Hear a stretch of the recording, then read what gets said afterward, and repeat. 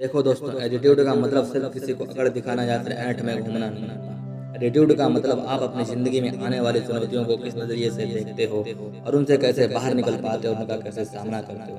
वैसे तो प्रकृति में हर चीज हमें कुछ ना कुछ सिखाती है, उसके लिए बस सीखने वाला होना चाहिए। और इस प्रकृति में एक ऐसा पक्षी भी मौजूद है जिसका एटीट्यूड बाकी पक्षियों से अलग होता है और उसका नाम है बाज। जितने लाइफ लेसन हमें एक बात से सीखने को मिलते हैं उतने और पक्षी से नहीं। जिस तरह से शेर अलग एटीट्यूड की वजह से जंगल का राजा कहा जाता है, उसी तरह बाज भी एटीट्यूड की वजह से पक्षियों का राजा कहा जाता है। वैसे तो बाज से हमें बहुत से लाइफ लेसन सीखने को मिलते हैं, लेकिन इस वीडियो में हम 5 मोस्ट इम्पोर्टेंट लाइफ लेसन के बारे में जानने वाले हैं जो कि हमें एक बात से सीखने को मिलते हैं। तो शुरू करते हैं वीडियो को। नंबर 1, अपनी जिंदगी को खुलकर जीना सीखो। एक बाज की पूरी जिंदगी बाकी पक्षियों की तुलना में सबसे कठिन होती है, लेकिन फिर भी एक बाज अपनी जिंदगी को खुलकर जीता है। जहाँ बाकी पक्षियों को डर सता रहा होता है कि कहीं कोई आकर उनका शिकार ना कर ले, लेकिन एक बाज को किसी का डर भी नहीं होता है। जब बारिश होती है, बाज को छोड़कर सारे पक्षी अपने अपने घोंसलों में छिपने लगते हैं और वो बारिश से बचने के लिए अपने घोंसले में चले जाते हैं। वहीं एक बाज बारिश और तूफानों से डरता नहीं, बल्कि आसमान में वो बादलों से भी ऊपर चला जाता है, जहाँ पर आंधी और तूफान सब नीचे रह जाते हैं। और एक बाज आराम से आसमान में उड़ता रहता है। इसीलिए खुद को उस बाज की तरह बनाओ कि हालात चाहे जैसे भी हो, कितने भी मुश्किल क्यों ना हो, लेकिन फिर भी उनका सामना आसानी से कर सको। अपने आप को इतना काबिल बना लो कि बड़ी से बड़ी भी मुश्किल तुम्हें छोटी नजर आने लगे और तुम अपनी जिंदगी शान से जी सको। लेसन नंबर 2, अपने कंफर्ट जोन को छोड़कर रिस्क लेना सीखो। बाज कभी भी अपने घोंसले में नरम घास नहीं रखता, हमेशा नरम घास को निकाल कर फेंकता रहता है। वह अपने घोंसले में हर उस घास के तिनके को निकाल कर फेंक देता है जो उसे और उसके बच्चों को जरा भी आराम देता है, क्योंकि वह अपने बच्चों को घोंसले में आराम करने देगा तो वह उसके बच्चे आलसी हो जाएंगे और उनका जन्म उस घोंसले में पड़े रहने के लिए नहीं हुआ है। और जब बाकी पक्षियों के बच्चे सिर्फ ची ची करना सीखते हैं, तब तक मादा बाज अपने बच्चे को आसमान से लेकर सबसे ऊपर ऊंचाई पर चली जाती है और फिर शुरू होती है उस बच्चे की असली ट्रेनिंग। ऊपर ले जाकर मादा बाज अपने बच्चे को पंजों से छोड़ देती है और बच्चा नीचे गिर रहा होता है।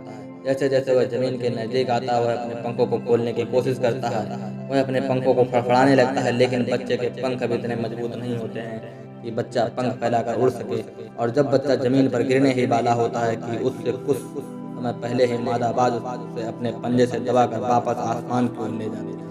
और यह प्रक्रिया तब तक चलती रहती है जब तक कि वह अच्छे से उड़ना सीख नहीं जाता है।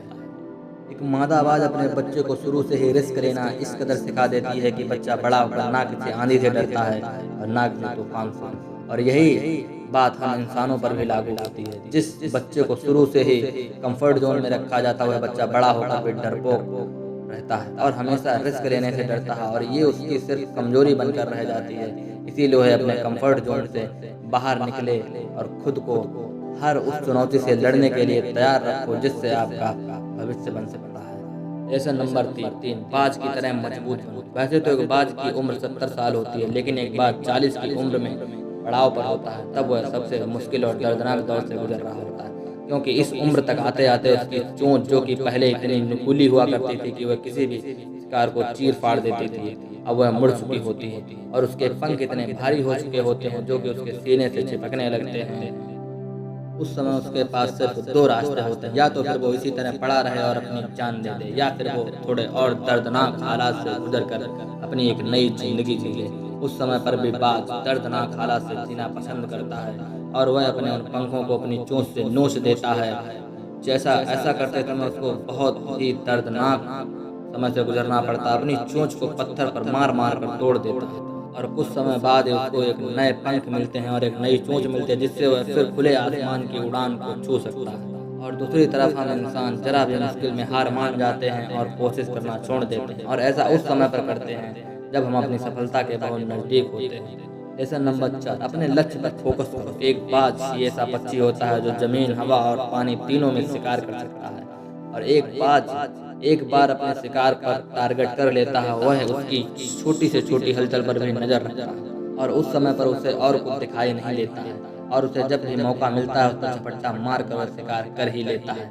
और एक बाज की यह खासियत होती है कि वह मरे हुए जीवों को नहीं खाता, और बाज जब भी शिकार करता है उसका पूरा ध्यान उसके शिकार पर वह अपने शिकार को किसी भी हाल में बचकर नहीं जाने देता। वह एक शातिर दिमाग और तगड़े फोकस के कारण अपने शिकार को पा ही लेता है।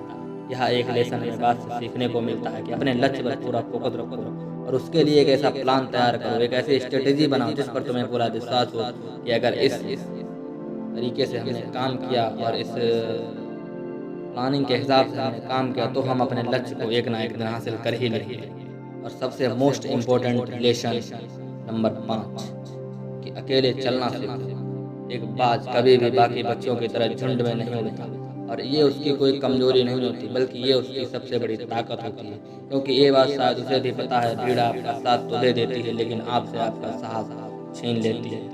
एक बाज अपने वजन से 10 गुना ज्यादा शिकार कर लेता है, क्योंकि बाज जब अकेला चलता है उसकी हिम्मत और उसका साहस सबसे ज्यादा होता है, क्योंकि वह अकेला ही अपने लक्ष्य की ओर निकल चुका होता है। और इसी साहस और हिम्मत की वजह से बाकी जानवर उससे खौफ खाते हैं, उसकी आवाज़ सुनकर ही डरने लगते हैं। एक बाज को खुद पर पूरा विश्वास होता है कि वह अपने लक्ष्य को हासिल तो कर ही लेगी। और यही लागू होता है हम इंसानों पर, और यही बात लागू होती है हम इंसानों पर। हमें अकेले चलना सीखना होगा और हमारा साहस हमें खुद से जुटाना होगा। हमें किसी का सहारा लेने की ज़रूरत नहीं होगी और हमें हर उस मुसीबत के लिए तैयार रहना होगा कि जिससे हम संघर्ष कर सकें और अपने आप को काबिल बना सकें।